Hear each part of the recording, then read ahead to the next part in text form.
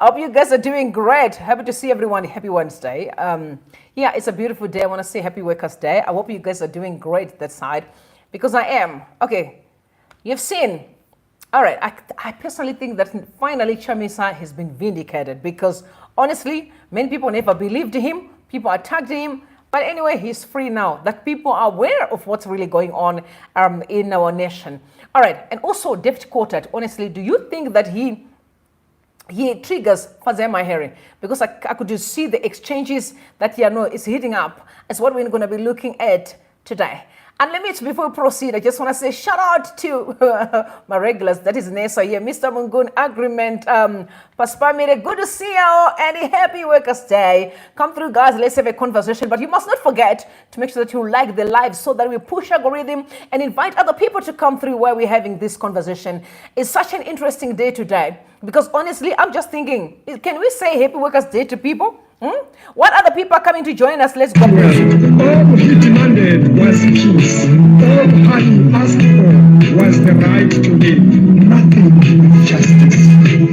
Kulicala na ukulwela inkululeko, kulicala na ukulwela isizwe sakwenu, kulicala na ukusiwela wena inkululeko yakho.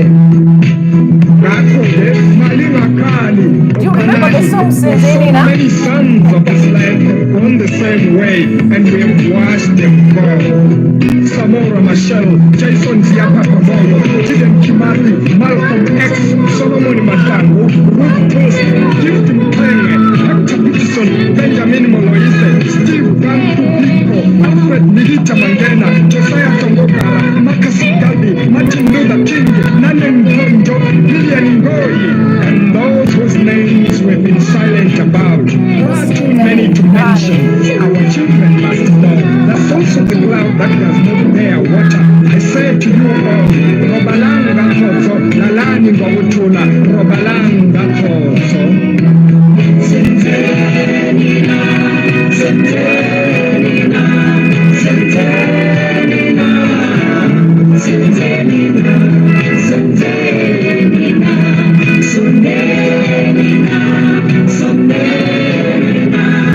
Sentenina, Sentenina,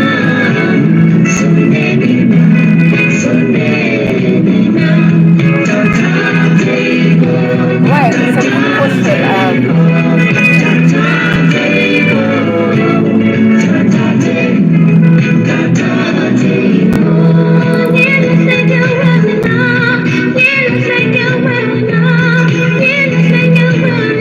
Hi, Nessa. Good to see you, Shava. Good to see you.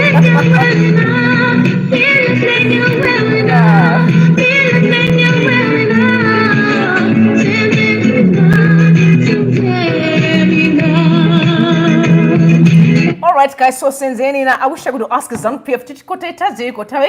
did we do wrong? For us to be where we are today, Tataze. You know what I mean? What did we do wrong, guys? That, that makes our people treat us the way they do, honestly. All right, so moving on, we're going to be listening to such a strong message that I saw today. Actually, the guy is saying exactly what I've been telling you before, that we have people who are controlling what's going on in the country.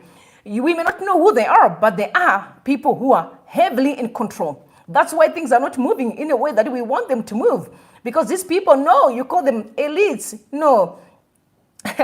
They're simply using Zimbabweans to do all their dirty work until the milk is dry. I think it's time for us to wake up Zimbabweans and do the right thing and make sure we protect what belongs to us. So take a listen, please. Because Africa's politics have fallen into the hands of elites, as these people just do what the colonialists did, which was suck the wealth out and shift it overseas. World Bank says between 60 and 70% of Africa's capital shifted out of the continent. It's in banks in Europe. So there's this mentality which I think has allowed a very small group of people to take over those countries politically, but also economically. And until that changes, that is, until there's a new generation or even a revolution that actually takes power back to African people, I think those problems, that lack of development, will continue. Can you hear that? until they decide to give up, holding us at ransom, nothing will work. And we can see every day, almost every day, our people are suffering and they're collecting and collecting. Murikuwana vachitora, vanoenda exam vachitora, they are collecting. I wish I could sit down with my brothers there, our fathers, and tell them, what you're doing is the worst thing any human being can ever do. You are taking what's supposed to feed your people and giving the people who already have the money.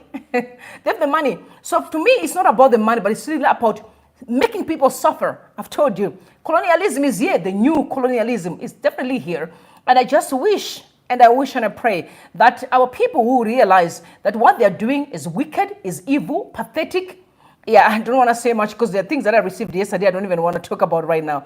I do not want to talk about it. It won't end well. Do you guys think that ZANU-PF is simply doing what you call, what they've been accusing Chamisa of, strategic ambiguity? Because people are asking, why is it Chiva is getting such kind of traction in the party? You saw him sitting in between the army as well. You ask, what's going on? Is that what you call strategic ambiguity? Maybe that's, what is it that the President Emmerson Mnangagwa is thinking about his successor? I don't know if you would consider that guy is, of course, definitely not. I don't think so. All right, so let's look at what Nelson Chamisa said in terms of the Workers' Day. The message is sent out this morning. Apparently, it says, saluting all the working men and women who toil for the betterment of our beautiful Zimbabwe. You are the living heroes of this great nation. Workers define the collective destiny of a nation. The dignity of any country is in the dignity of its working people. The reality is harsh. We commemorate the Workers' Day when over 80% of the working population is unemployed. As strikingly 3.5 million youth are unemployed, while 7.9 million people live in extreme poverty. The majority live below the poverty datum line of almost $575, while average wages are almost $275 fall short of meeting basic needs. Punitive tax thresholds starting at about $100 leave a little to support families where a basket of basic goods is 6 times higher than the minimum wage. Every worker deserves to thrive in an inclusive Zimbabwe where everyone has access to fair and dignified employment opportunities and a balanced work environment. He has an access to fair and dignified employment opportunities and a balanced work environment. In a great Zimbabwe, our citizens' government who put decent worker, he's now referring to in the new Zimbabwe that is working on currently, our citizens' government who put decent work agenda at the heart of our labor market policies. Number 2, we will elevate the TNF from the current talk show status to the prime policy formulation platform. No public policy will be implemented without passing through the TNF. We will immediately grant public sector workers a right to collective bargaining by ratifying and domesticating ILO Convention 151.3. We will re-establish a living minimum wage through social dialogue. We will allow workers to demonstrate and demand their rights. The idea of an inclusive Zimbabwe free from poverty, corruption, and oppression is the aspiration of all citizens of Zimbabwe. In a Zimbabwe free from poverty, corruption, and oppression, the fruits of labor shall translate into economic progress for all. Every Zimbabwe shall have the chance to prosper, and the benefits of hard work shall enrich the entire nation. In a corruption-free Zimbabwe, the fruits of labor will fuel economic progress and boost economic prosperity, benefiting all families.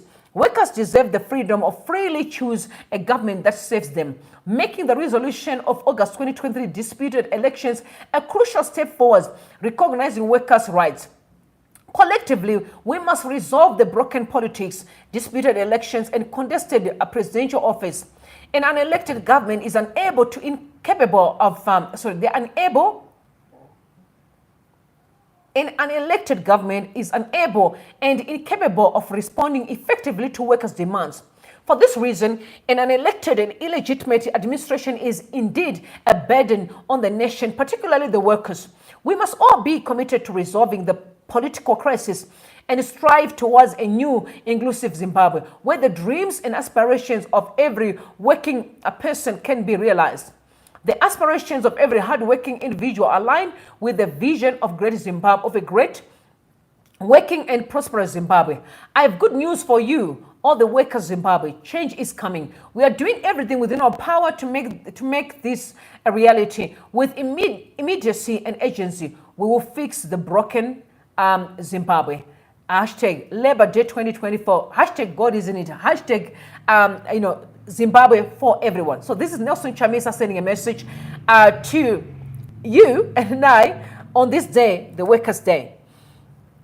And one thing I'll tell you is, you heard before, it is really very sad that we have individuals who have committed themselves to work with outsiders to make sure that at least they destroy our nation. They loot everything that we have and leave our people in poverty.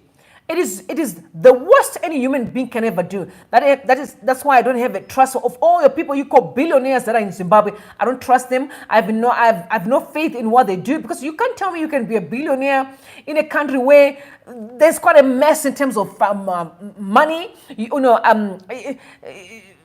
Our laws. How are you making the money? How did you get to be a billionaire? And then some of them are now also again being sanctioned. So I don't know. All we can say is, you think you're smart, but no, time will catch up with you. Time will definitely going to catch up with you.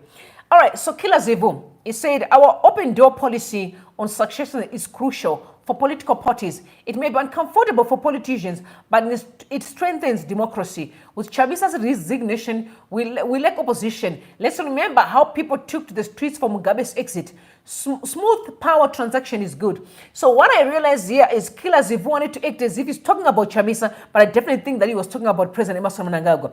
That open door policy on succession is crucial for political parties. It may be uncomfortable for politicians, but it strengthens democracy. First and foremost, Chamisa is not the president of the country. So when you are referring to democracy, who are you talking about? Because you really can't worry about the opposition, then you should be worrying about the ruling party and say, who is it that they are actually going to appoint to take over after President Emmerson Mnangagwa? So for me, I saw a person who was kind of speaking to the president, but again in a sarcastical way, so that you know how it is. He's going to be fired for the second time because he was fired before. So if you cross the line, you're going to be fired again, Mr. Zevu. But the moment he mentioned President, the ex-president, the late President Mugabe, I knew exactly where he was going when he mentioned that smooth power transition is good. Smooth power transition is good. That if you fail to respect or honor the smooth way of relinquishing power, then there will definitely going to be consequences. People may come, within the ZANU-PF party, he's the one that is saying it. They can do whatever they want to do. Nobody cares, honestly. Nobody cares. We are where we are today with the pain that we're going through because of ZANU-PF party. And it's a fact. And by the way, even if they can say, but there are also people in the opposition who kind of betray the struggle, but who's sponsoring them? That's what we need to ask. Who is sponsoring them? Definitely some of the people you call elites. This is why I'm still asking members of parliament, and say, is it worth it? You guys took about 40,000, but other people are being paid $1 million every month. Who is a fool here? Who is fooling who? And the question is it really worth it? Definitely not. All right. President Emmerson Mnangagwa yesterday, he actually gave out a speech for the Workers' Day, which, I think you guys have listened to it, because honestly, I don't think there's much that I can listen to. I listened to it, but there wasn't much that I would take, because I seems to be, I'm losing that connection with the current administration. And I'm saying it honestly, respectfully, that I don't look at them like they're leaders because of what's going on in the country. I expect them to be really on top of it and making sure that they resolve issues, but they seem not to care. So for that reason, I don't find any reason why I should also care of what they say. Unfortunately, I just bless them and I keep moving on with my life. But finally, we can all really confirm that Chamisa has been vindicated. And I'll tell you why. I'm surprised Chamisa resigned, but the ZANU-PF people are still singing that Chamisa can't lead this country. But you have Washman Ngume and Cabal, who you think are your legitimate opposition party. Why can't you say they can't lead? Why are you still considering Chamisa? Why are you so bothered about him? Because you know he's your only, competitor. He's the one that is giving you sleepless nights. Correct. Chamisa is giving you sleepless nights, and now you pretending like there's an opposition that you are kind of creating, but you know your real enemy is Nelson Chamisa. I'm shocked. They were actually singing, calling Chamisa that he would never lead this country. But what was fun about the time they were singing is that majority of people were not even singing, which means they simply hire, their own people, kind of placing them in front, maybe paying them to pretend and lie like they are really singing against Chamisa. But the way people have been voted for him is a testament and a proof that Zimbabweans want him. So you really can't say that he's not loved by the people. So you should listen to what they were saying when they were singing about Chamisa.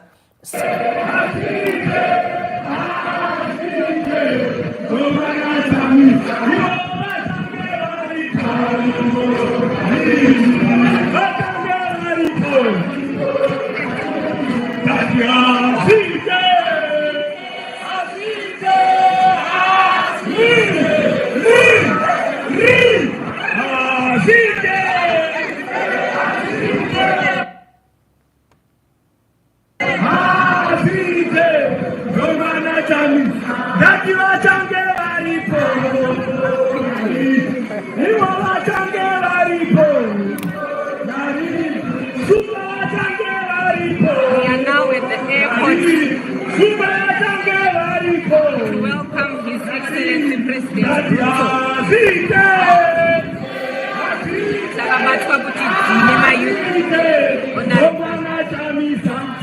All right, you are going to the airport to welcome a president of another nation, and you are singing about Nelson Chamisa Wizard Worm. No, something's wrong with our people. As much I know, there are so many reasons why our people have tended to be the way they are. But my question is, you're singing about a person who's at war, but you're the one who's leading. You are welcoming another leader, and then you're singing about a person who's sleeping at home. So Chamisa is giving you sleepless nights, correct? He's definitely giving you sleepless nights. I also saw, I don't know if you guys have seen Castan Mattel send out a statement where he's saying that it is actually his first statement out of 5. And I was like, hold on, Castan Mattel, let me just make it clear up front. Where we are going right now, there won't be no infiltration. If you guys think that you can come in and do what you did last time, we will not allow you to do so. Not again. Stay where you are, and you guys can have your own political party. We will not allow you to come in and keep on wasting our time and do the wrong stuff. Stay where you are, sir, and play around with your friends. You'll be okay right there. You don't have to come here. What we are going to start this new baby that we are working on right now, that they are working. I'm working on it because I'm preparing y'all, because I told you I'm so ready. I'm so ready to push on the campaign trail. So if Castan, you think you can come here again and cause a mess, forget it, because we won't allow you to do so. But I want to read the statement that he sent actually. So he said, my thoughts part 1, that is Castan Mattel. And he was the one that was with Jema Fume, he was with Wende and Washman Ngube. All of a sudden, they are now coming back to Chamisa again. No, waiting for Chamisa, guys. So he said, when you are a captain of the ship, even in thunderous storms, you don't disembark from your ship without alerting your crew members. It only creates chaos. If you really have to escape, you organize with your crew and live together.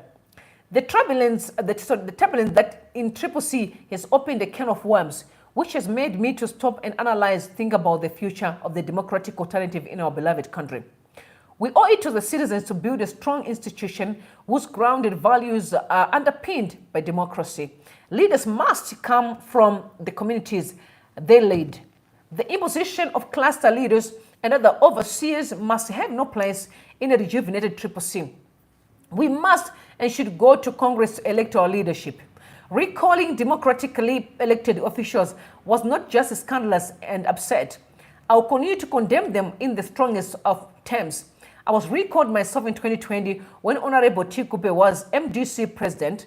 Strangely, we came back in 2023 on the same party ticket. Such is the unpredictability of the political return. Now, he is simply trying to sanitize his actions. You know, if I say that because Chamisa just left without having a conversation with us, then he's going to be blamed. Gaslighting? No, sir. I'm a firm believer that if you can see that someone's leadership is not aligning with your principles, what do? You walk away. You walk away and just leave. It's that simple. You leave. Why are you still talking about Chamisa if he's not a good leader? Go ahead and go after another leader. We've got so many political parties in the country. We have ZANU-PF, whom you were busy, gallivanting with. Go ahead and join them. We also have Analinda Masara. We have Valerio with a new political party. Go in there and join them. There's nothing wrong with that. But you should never keep on blaming someone or accusing or whether, begin to, discredit someone's leadership. If you know they're bad, go ahead and join someone else. I believe in that. If I'm not happy with this person's leadership, if I'm not happy with Chamisa, I can go to wherever I want to. It's my right to do so, right?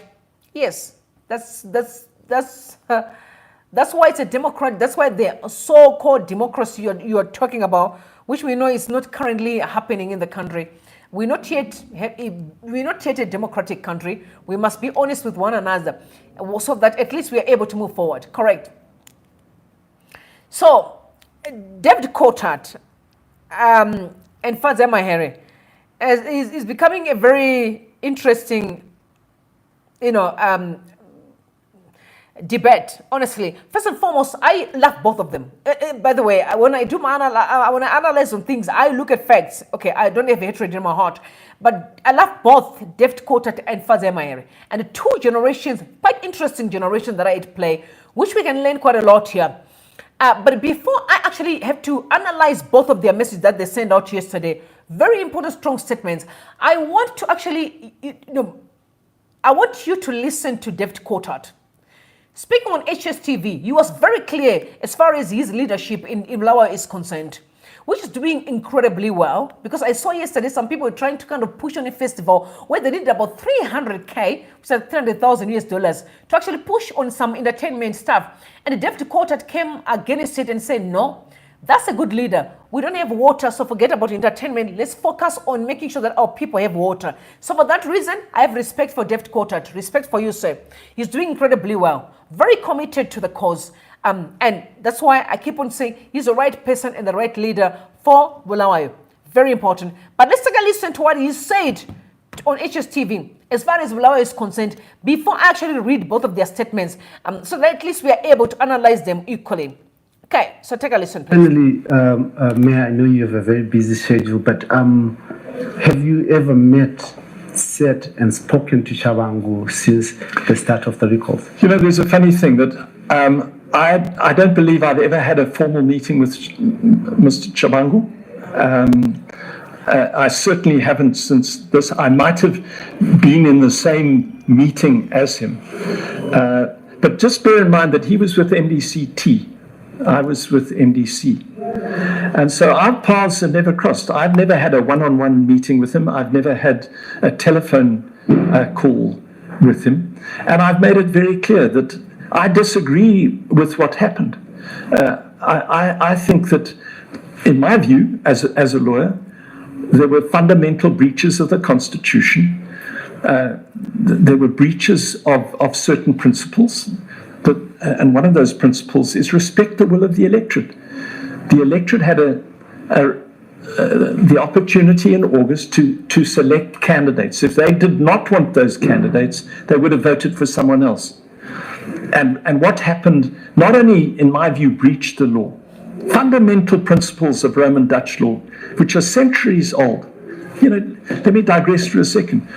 One of the principles of Roman Dutch law is that before anyone is affected by an administrative decision, they should be given the opportunity to be heard. Now, the way this was brought by Mr. Chabangu is he affected the lives of MPs and councillors who were never given any opportunity to be told and defend themselves that they had been removed as members of the CCC.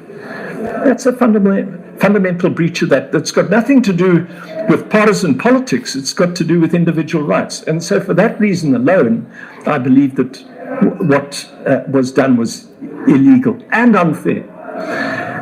I also, coming back to the second point, believe that it violated the will of the people. That was clearly demonstrated in this city, at least, by overwhelming majorities in August who they wanted to be their representatives. And for that reason, whatever the grievances were, and there may have been legitimate grievances, I accept that.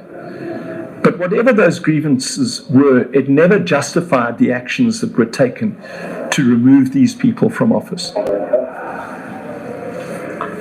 Amazing. I want to thank you, Mayor, for giving me this opportunity to have this conversation with you. But as I normally do with most of my guests, all my guests, I give them an opportunity to speak from their heart, to look at the people of Zimbabwe and basically tell them from their heart, your heart, questions that I might not have asked, things that are sitting there and pressing. What should... Well, thank you, and thanks for this opportunity. But to speak to the nation, I mean, the first thing that I need to say is that in some respects my focus has changed. It has had to change. I've been involved in national politics in the past, particularly when I was Minister of Education. Of course, I had a national reach and national focus. By virtue of the position I've been elected to now, my focus has narrowed. For the next 4.5 years left, if God gives me those 4.5 years, my focus is on this city. This is a great city, but I liken it to a Rolls Royce. Wonderful city, but it's got flat tires. It needs an enormous amount of work, and it needs an unflinching focus on the city. So from a national political perspective, there should be very low expectations of me. I'm not deliberately going to embroil myself in national politics to the same extent I have done in the past. My focus is on the city. I hope that we can improve the lives of citizens of the city. But I hope that if we manage to achieve that we might inspire other cities, other town councils, and perhaps the nation at large into the potential of our nation. There are some policies that I've already invoked here. Just to repeat, I will not be taking a new vehicle because I believe that this city faces massive financial challenges that need to be focused on the provision of water, not in ensuring that a mayor can drive around in a fancy vehicle. My staff will also tell you that I'm restricting the number of foreign trips that I embark on. If my trip is fully paid for by entities outside of the city, then I may consider it. But if the city has to use resources that it would otherwise use on sanitation and water, then that is an inappropriate use of city resources. And I think that is something that needs to be embraced nationally. We, as a nation, are facing unique challenges at present. We are without water in this city, but in many other areas we are facing a drought. Over 7 million of our people are food deficient.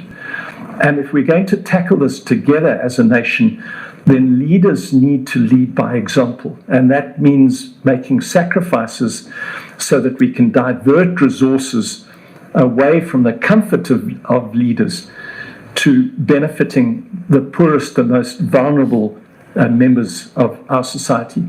And I believe that if we do that, not only will we cater for the needs of poorer people and the vulnerable of our society, but also we will engender a national spirit. We are in deep need in this country of more patriotism. Patriotism which is aligned to the flag and our culture and our history, not aligned to any political party or any individual. And it is that spirit that will rebuild our nation and give it hope. All right, so you heard him. Okay, first and foremost, you made it clear that I'm really going to invest my energy on Bulawayo, on the city. So debt quarter is clear, and this is why I have respect for sometimes for some of white people, not all, but apart from the criminals that is milking our country dry. I so much respect of the fact that they're very clear. When they're doing business or whatever they are in, they're very committed, they're straightforward, they'll tell you where they stand. Compared to our people, very dubious, dishonesty and also betrayal is what they literally like thrive on. Jealousy and hatred unnecessarily. He's clear Deft Coltart is going to invest most of his time on the city of Bulawayo, where he's doing incredible work. And I really respect him for that. Honestly, I respect him for that. But, and also you also heard him saying that he's not going to be much more involved in the national politics than he's going to be committed to the city, which I feel like these people have been in this opposition party for a long time. They fought for freedom for a long time. And you can see Deft Coltart is getting younger by day. And honestly, you are like, where do I stand? To keep on fighting, or I have to now investing on becoming a blessing to people? Let me just offer myself as a sacrifice, because he's not really being paid money here. This guy's literally working for free. When you see his salary, he's not earning nothing. You also heard him say that I'm not going to take a vehicle for the state. Again, he doesn't need anything. He simply wants to offer himself as a sacrifice. That's a person who understands impact. And let me tell you, he will go down being the most respected man in history. Why? Because he did not value material things. He rather say, I want to be of a blessing. Those are the kind of people that deserve respect. Than our fathers who are simply, conniving with outsiders to milk our country dry and leave the kids hungry. Those are sick people in their heads. You can't. Now you see the difference between black and white people. But again, the people that are really, really milking are also white people who are out there controlling from remotely, make sure they use fools to do all their dirty work that they're doing right now. They are using fools. I want to repeat, they only use fools. People who don't think, who are dumb, who think that's being successful. That's not worth creation. That one is definitely a curse. Time will tell when you lose everything. Time will tell. Time will tell. All right, so the conversation between Deft Coltart and Fadzayi is an interesting, conversation that we can learn a lot here. A lot, apparently a lot. I want to read what he actually said, because you know what triggered him. What started the conversation was literally the issue of recalls. And that Fadzayi, Mahere and Makam left the parliament, willingly, which wasn't true. He looked at it from a point of say willingly. You know why? Considering his status, that he also just made up his decision based on his support for Bulawayo. But you can't compare Bulawayo and compare it with Harare, considering that Harare is being led by most of the people criminals. And you have heard the president saying the same thing. Nothing is working in Harare because of criminals, right? Thugs or corrupt individuals. You really cannot compare, because Bulawayo now are like, hold on, these people have been really abusing us for a long time. Now we just want our peace. So we rather support our leader. And I'll tell you why, because I know my friends. I've got friends of mine who actually scored me one day. I was like, hey, Deft Coltart is in town because I'm from Bulawayo. We are going to go and meet him in Centon. Can you come along? You know what I mean? And these guys were literally going there to support him, make sure that at least they build their city. Are we doing it, people from Harare? I never heard anybody calling me and said, we are meeting somewhere in Centon or wherever for lunch or whatever, dinner. We are busy working together to build Harare. You know why? Because Harare has got evil people who have the nerve to block development in the country. Yes, a lot. I heard Kuda one day on X, he said, there were guys that wanted to actually revamp Mbari. They were blocked by evil politicians. How many people you have heard who really wanted to invest genuinely in Zimbabwe that were blocked because of corrupt politicians? Mainly in Harare. And you wonder why there are so many people in Harare that are corrupt. So let Bulawayo people do their thing and be happy. I respect Deft Coltart for making that decision. But just to contrast and really compare the two cities based on Fadzayi Mahere's experience and Deft Coltart's experience. So this was the message that Deft Coltart wrote. So he said, no one, my good friend, doubts these two MPs of great integrity fought long and hard before resigning. No one doubts that their protest was completely justifiable given the shocking abuses of the law and subversion of parliament. But the fact remains, they were not recalled but resigned themselves. This is Deft Coltart writing and saying that was constructive dismissal is stretching the meaning of that phrase. They, as I understand it, resigned in protest in solidarity with their colleague treated in such an abominable, in an illegal fashion. They were not forced to resign, of course. They may have been recalled, a fate all those who speak out against the regime and its abuses potentially face. But that isn't constructive dismissal. My opinion remains that, as well as intentioned as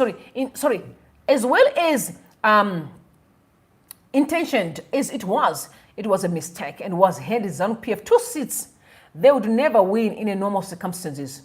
It has also deprived the nation of 2 of our most gifted MPs. And I don't buy the notion and being an MP provides a platform to speak out. My experience, and I suspect yours as well, is that the very fact that one is an MP with a constituency and electoral mandate gives one massive gravitas, particularly on an international stage and with diplomacy. So my opinion remains, despite all the brickbats direct my way for expressing this opinion, that this was a mistake.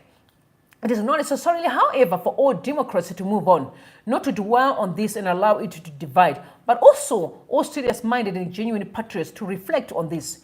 We desperately need to reflect on what peaceful, non-violent options are available to us as we confront tyranny.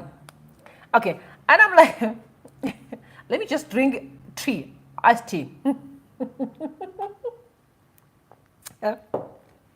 Okay, so Mr. Coltart, first and foremost, that's an incredible writing that you wrote down here. But you're forgetting one thing, that there's a difference between principles and forcing your way into a situation where things are already broken. There's a difference. Your situation in Bulawayo is different. Bear in mind, you have built yourself successfully in your own personality. That's why you can offer to be a sacrifice. And rightfully so, and respectfully, and I offer kudos to you, sir, for doing such an incredible work in Bulawayo. But you must not forget that not everyone is in your position. And also note that the toxicity that's happening up there in Harare is unbearable. I can only imagine. I don't think I can even last for a day in that parliament. I can't. Because the way they scream and shout, they have no direction. We are in this mess in the country because of nonsensical human beings that people don't want to discuss about. We cannot, as smart as we are, as amazing as we are, we can't even have a genuine, authentic, classic conversation and resolve issues. We should introspect. First and foremost, why were people recalled anyway from parliament? Why we? Do you really think that as Zimbabweans we should sit here and say, oh, what Shavangu did is right, or we're just going to accept it because, what can we do? That's one of the reasons why we are in a mess. Is we have never had fine lines. Never. Never. People get murdered in Gukrahunti and life goes on like it's normal. Nobody says we cannot move on until this issue is resolved. No, we carry on like it is normal. People are being beaten up, tortured, innocent soul. Nobody says anything and we just say, let's move on. That's our problem. Our problem is we see wrong and we don't resolve them. We keep on moving on. And let me tell you, that's exactly what ZANU-PF wants. What ZANU-PF wanted was for you to flood in that parliament, abusing you the way they want, recalling you, to scream at you, pushing you. You saw some people were being pushed by police. You saw some were being carried out of parliament. That's what they want. You see, let me tell you what toxic people do. Toxic people, if they get to a place where there is peace, they will create chaos to suit or to feed their ego. You know, you ever seen people like that? You ever seen people like that? Okay, let me give you the best analogy. There are people that got married into a family where people were at peace. They loved each other. But one woman came in there and ruined everything. Today they don't see eye to eye. You know why? Because in your mom's house, they believed in toxicity. So she feels uncomfortable when she's in the midst of people that are happy. Have you seen abusive people? They will create a situation to fit their narrative. Or if a woman has been or a man has been in an abusive relationship, when he or she finds a very peaceful, loving person, no, they'll abuse the person in a way. Because no, you're not treating me the way that I'm used to. My body is used to be, a person talk to me anyhow. You're too soft. You're too nice. I can't stand it. I'm not relating with your behavior. ZANU-PF behave exactly like that. They're the most toxic people. And in fact, majority of people in ZANU-PF are evil and wicked. Call things as they are if you want to resolve issues in this nation. But if you begin to accept, okay, they've recalled our people, we're just going to sit there in parliament, we get a car, we support it, they're like, yes, that's what we want. They feel powerful. But you know what? When a person wants to abuse you and you pull your energy away, they've lost the power. So what Fadzayi did and Makam was the best decision that could have been done by almost every member of parliament there. They could have walked away and leave them alone. But you know what? Some of our people sold and remained in parliament. This is not about building Zimbabwe. There's no Zimbabwe that can be built on a platform of lies. Nowhere in the world have you ever seen any person who succeeded on a platform of fraud. It doesn't work like that. Life is governed by principles, not by force and power. It doesn't. But principles. That's why even the most powerful people that were known for being powerful, they're always going to fall one day. I can remember the words of Robert Mugabe, I'll rule in the grave. Is he? From the grave. Is he? Talk is cheap. Talk is cheap. And you know what? My uncle always say, power corrupt and corrupt absolutely. It corrupt your mind. You think, I'm like a god. You have the entourage and, when you move around, how many motorcade, you feel like you are no, you're not powerful. You are not at all. That's what you think is in your head. You aren't powerful. It's simply a matter of time when you know that you're actually the most weakest person on earth. We need to start speaking truth into power. If people cutting corners and expect success, it will not work. That's why there's still chaos today.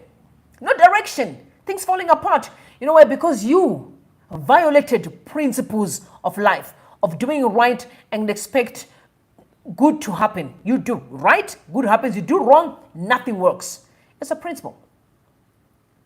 So what Fadzayi did was the right thing, and Makam was right. Because I don't think there was any reason for them to be in a platform where things are already messed up. Where an individual from the street can disrespect almost 2 million people who voted for a party, according to your states, but I know that those states were not correct, but according to what you gave us, I'm just using what you gave us. Disregard elders, disregard young people, disregard any other Zimbabwean person. And then one individual from a street will put themselves at the front. And then all of a sudden you think this Zimbabwe can be built. It doesn't work like that, brothers and sisters. This is no longer an issue of politics. These are facts that are keeping us in poverty. Every problem that we have can be resolved on a platform of truth, where we really look at each other's eyes and say, hey, this cannot be. We can do better than what we're doing currently.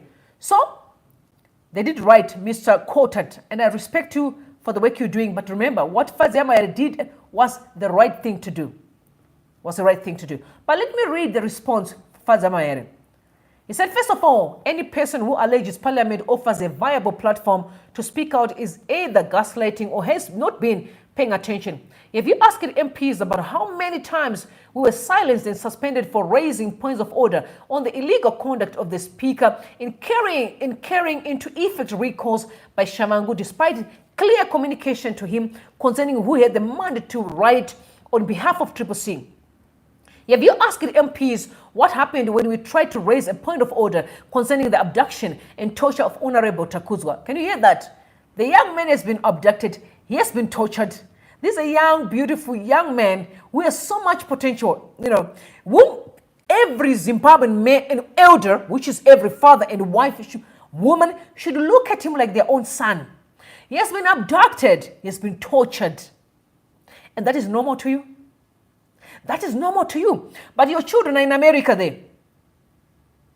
You send them to be treated with respect. But someone's child has been abducted and tortured.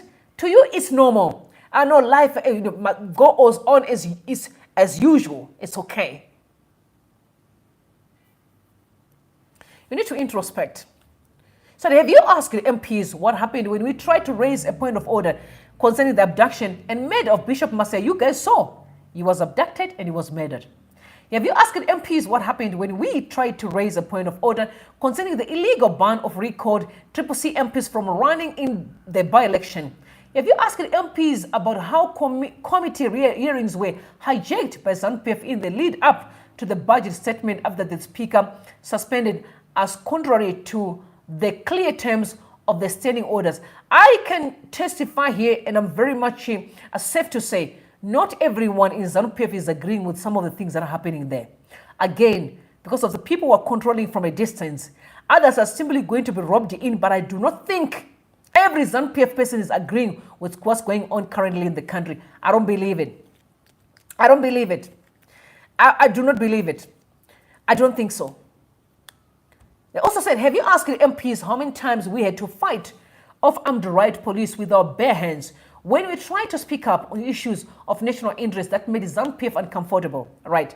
If you ask the MPs what happened when we raised a point of order stating that recalls were happening despite a court interdict against the recalls being in place. If you ask the MPs about the time Parliament refused to conduct a pre-budget and post-budget consultations despite the legal requirement that these must take place, is it viable to only be allowed to speak on issues that don't make ZANU-PF uncomfortable? Again, I repeat, the word ZANU-PF is more broad, and it's roping innocent people in between. There are people who are genuinely supporting ZANU-PF because of the struggle, and they don't even know that there are individuals who are doing evil in there, and they only just mess up everyone. Just mess up everybody. But I personally think that it's time for Zimbabweans to point people by name. John, Mary, Peter, because when we say opposition is a lot. That's why ZANU-PF was able to create a fake one. Because people don't really mention individuals by name and say, so-and-so is wrong, this person is wrong. Everyone is just hiding behind a political party. You know what I mean? Because when you say opposition, I'm part of the opposition, but nobody bought me, but other people were bought. So you can't really rope me into that mess. I'll refuse that, right? So the do leaders get into parliament gravitas vis-a-vis diplomacy and the international community, or do they do so to speak truth to power on behalf of the constituencies that elected them? When that is no longer possible because of the capture of parliament by regime apparatus, they are carrying out their constitutional mandate by remaining there. Are you aware that many have spoken on large domestic and international platforms without a parliamentary opposition and made a compelling case for the need for the change in Zimbabwe? Do you know that several citizens have engaged state institutions, including the Reserve Bank, constitutional commissions, and other public officials without being in parliament? Have you heard Zimbabweans speak at the UN in Geneva, at African development conferences abroad, at various human rights summits, and respected for without their being MPs? Are you seriously contending that one has to be an MP to be heard, taken seriously, or hold your gravitas? Is it true that if you don't carry the title MP, you cannot speak with gravitas or engage diplomacy?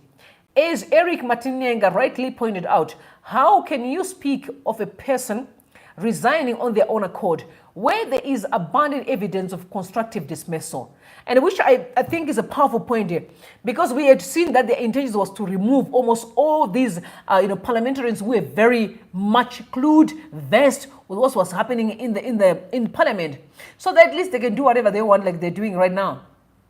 I don't even know what they're talking about. Don't know why they're sitting in the place. It's just a mess. This is quite very sad, honestly. It's very sad. It is really sad, honestly.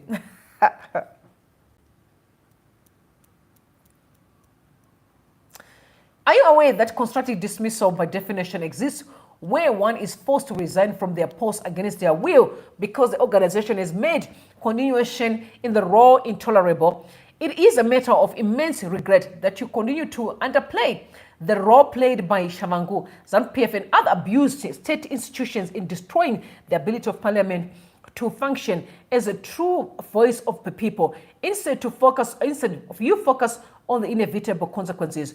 Again, it's sad to watch because it's only in Zimbabwe where there's all these there's a sense of entitlement that is quite interesting to watch. Again, I feel like that is liberation blackmail. You know, blackmailing people because we fought in the war. Our parents fought as well. They did. So you can't come and actually use that as an argument, because we are going to tell you our parents also fought during the struggle. You're not the only person that fought. Majority of people fought. And today they're suffering. Some of them don't even have no food to eat. And they keep on complaining. We can see their complaints online. They're speaking up that they're suffering. So I do not understand, are these people in ZANU-PF were the only ones that were holding guns? Why do they feel so entitled to treat people the way that they do? It doesn't make sense to me. You also say, for the record, there is a difference between giving up, as you regrettably charge, and refusing to participate in legitimizing a dead agenda that aims to extend the regime's term beyond the constitutional limits, even if the cost is torture, murder, and silencing the very voices you claim should speak in parliament. I can speak for my own constituency and say that they did not vote for me to be silent about their concerns, be blind to the issues that matter most, wine and dine with their oppressor, and start dancing to the tune of a regime that has caused them untold suffering. We need new leaders. And she was really right. There's one thing to resign, because you just want to resign. You're like, it's another thing to be forced to resign. I know I've been in that position.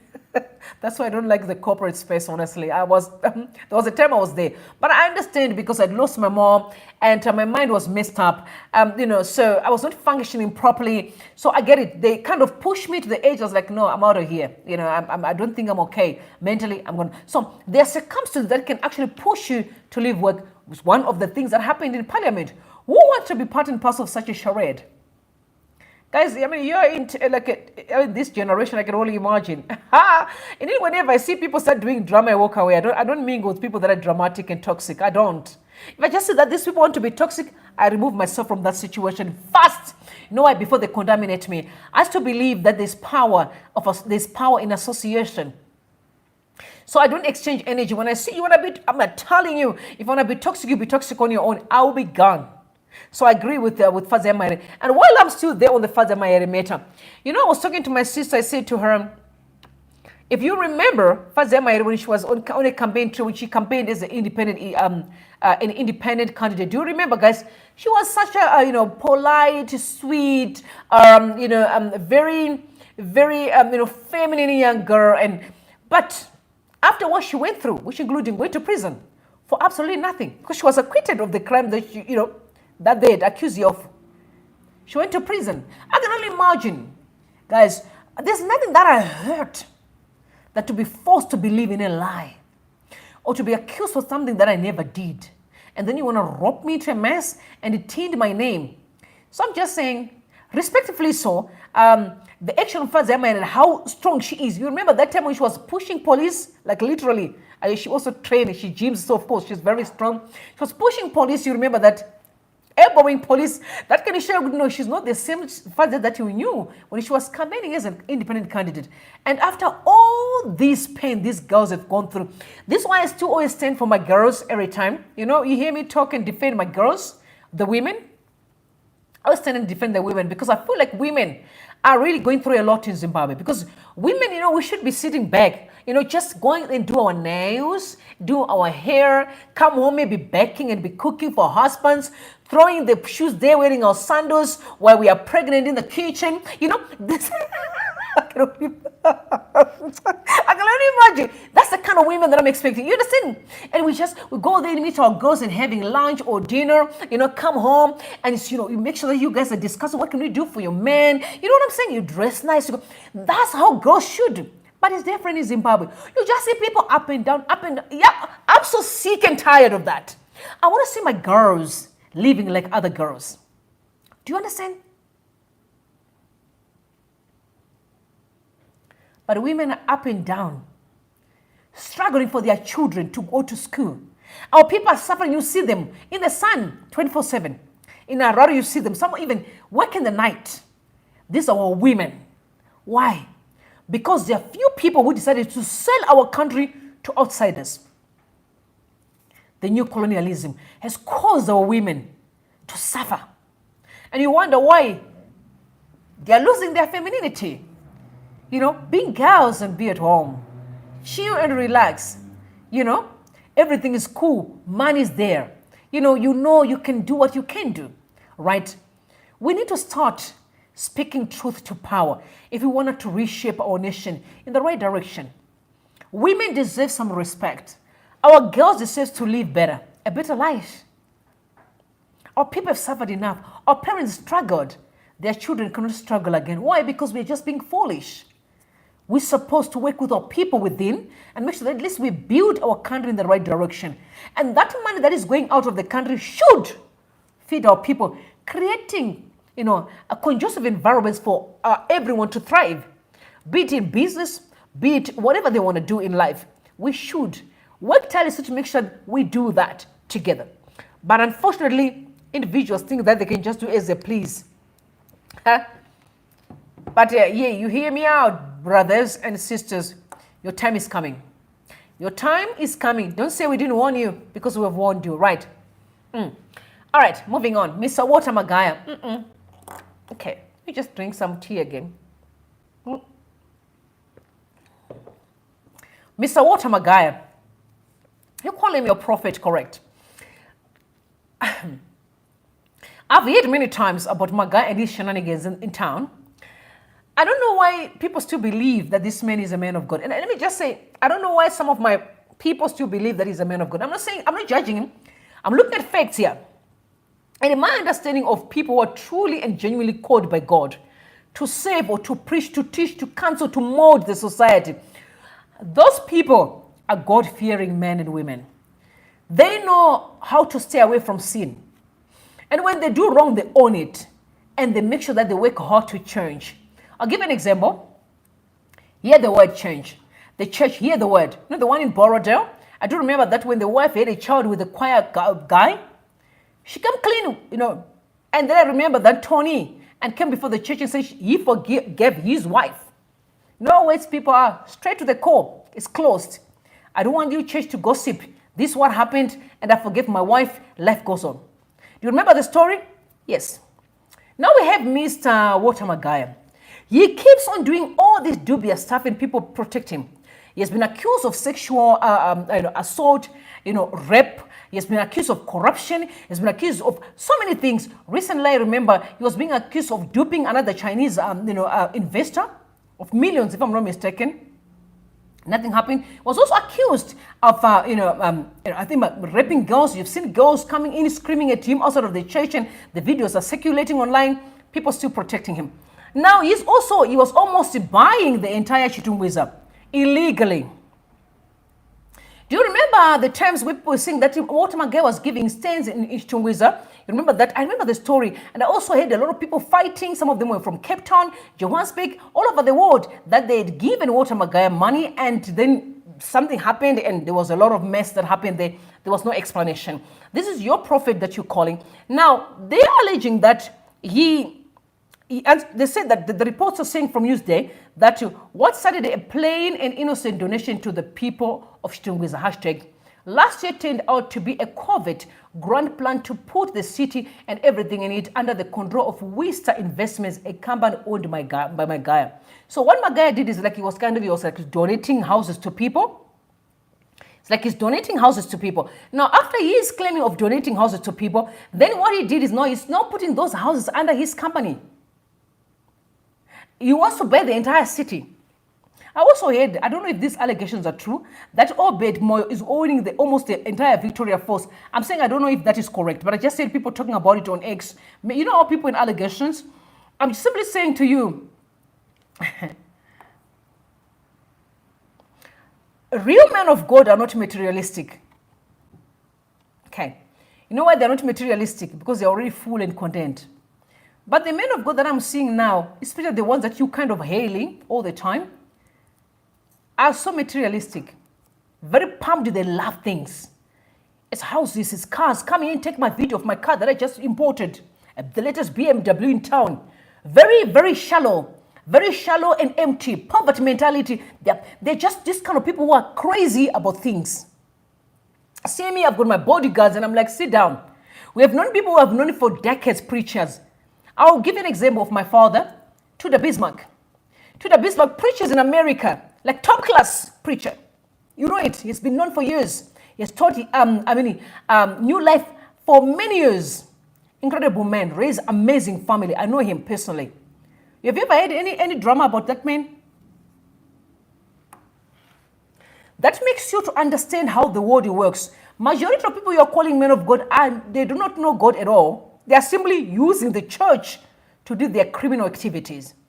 You can see. And somebody's going to come and say, no, don't talk about touching of the anointed. Hey, hold on. You're talking to a person who's anointed. So don't even tell me about anointing. I know it very well. I know how the anointing works. Yes. You don't have to hold a microphone and stand in front of the church to be called. What I'm doing right now is a calling. God called me to do what I'm doing right now, and nobody can stop it. So what you call a calling is not calling. Everyone, be it a cleaner, a cook in your house is a called person, because without a cook, you may struggle to have someone who can cook for you. Cleaners, those who take care of your children, they are called to do so. It's a ministry. So no one is better than the other person. No ministry that is better than the other. Don't let people fool you. Everyone is equal before God. Everyone. So if they come and try to be gods, then you know they are just liars. Manipulators. They don't even know what they're talking about. Maybe, let me not say, maybe you understand one day. You understand one day when I truly teach the word of God in Zimbabwe, you understand what I'm talking about. I don't need a bodyguard to teach God's word. I need myself and God who speak to me and give instructions. I don't need any bodyguard. Those people that you are seeing walking around, they're just deceiving people. It's deception. They don't know what they're talking about. They have no clue of who God is. You can see they are so materialistic. Sure, so me now wearing my Louis Vuitton. I've got DG today. I've got Chanel. Very shallow and empty. Empty-headed people. And you're following them. You see them always showing things on social media and all. Because they're empty. They're thinking by showing things that will make you fulfilled. No. Fulfillment is internal. It's not outside. As a matter of fact, the moment you are seeking people's attention, you're empty. Something's wrong with you. People who are genuinely in love don't post on social media. I can tell you facts. I can only imagine if I'm in love and I'm kissing my husband, I'm like, baby, hold on. Let's take a camera. Hold on. Okay, let's not look at each other. Okay, smile. Let's kiss. You are acting. Real people in love don't show it on social media. Unless you're acting. It's creation of content. They're simply creating content. And you believe them. Be wise. Be sober. Be vigilant. True men of God and women are very calm and peaceful. And they don't even say it, majority of them, you won't even know. You can see their impact, but they really come in and say, no, the man of God is here. No. Sit down and relax. Chill. Relax. Don't try to deceive people. We're very much aware of what's going on in the world. So beware, guys. Be warned. Be warned. You can see they keep on dubious thing. And what am a guy, my brother? Repent. Just repent, brother. Just repent, my brother. Because your stories are too much. You can see him with the president of Mnangagwa, you know. And I'm like, were those being called them Bava for Edie? You remember when that girl's like, oh, Bava for Edie? Okay. Moving on. Other bogus stuff now, they're alleging that there are about 44 people who were arrested, bogus doctors at Perinatal Hospital. 44 bogus doctors were arrested. Yeah. I also saw some bogus lawyers as well. Were also arrested. Bogus lawyers bogus, bogus doctors. Now we have bogus lawyers as well. Arrested. I'm a person who, whenever I'm facing a challenge, I really want to get into the bottom of the problem. Than me running around with a challenge, I really think Zimbabweans, we need to start looking at the problem from the, we need to look at the fundamentals. Why are we in this problem? 44 fake doctors at a hospital, Parinatua Hospital. I told you I once been sick at the age of 20 years. And I could have, no, I was almost very close to go to heaven. I can tell you the truth, very close.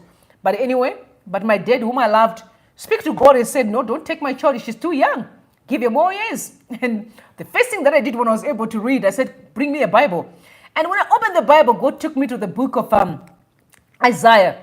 You know, when Hezekiah asked for more years to live, yes, I said to God, give me more years. I want to see my daddy again and my mom. You know, and God was faithful. I'm here today talking to you. You know, so I once been at Parinatua Hospital. It was top class. I was in the hospital for almost, I was in the ICU for days, and eventually, you know, moved me and I got better. And then I was not able to walk there to train me to walk again. So I know what I'm talking about. Parinatua was good. Top class at that time. But today, it's a different story. If can be 44 doctors, I'm saying 44 doctors, fake doctors, parading at the hospital. I even heard that the other one was trying to read, you know, the scan, you know, upside down. Instead of us talking about the doctors, why would we have men who leave their homes, Holy Spirit, I want to help me, and go to a place at a hospital and lie? Why? Why? Zimbabweans, we need to introspect. This country has to be fixed by all means. I've been telling you, because we are going to see worse than what we see today if we don't fix this nation. People are suffering. There's no normal man in his senses with a job and a career, and he has means to feed his family and his kids.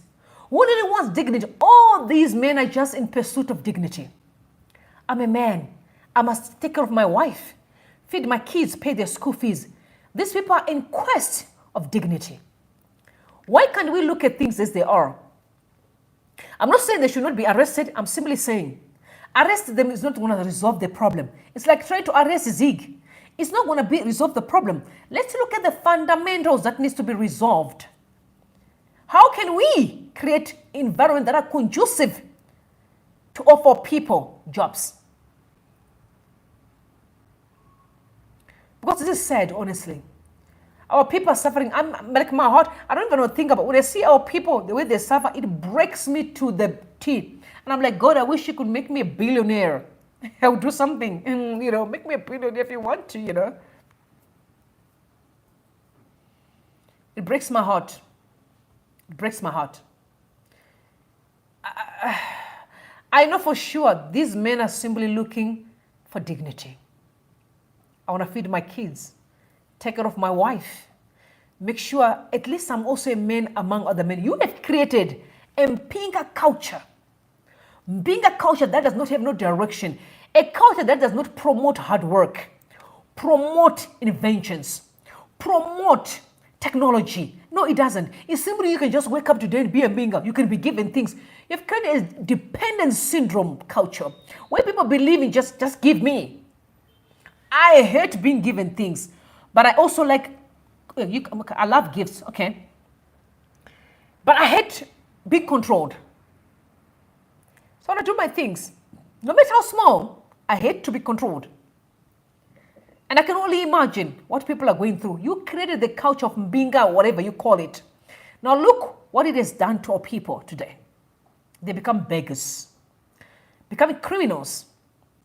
In fact, they were supposed to be working, take care of their children, traveling the world for holidays if they want to, coming back and be a blessing to their family members.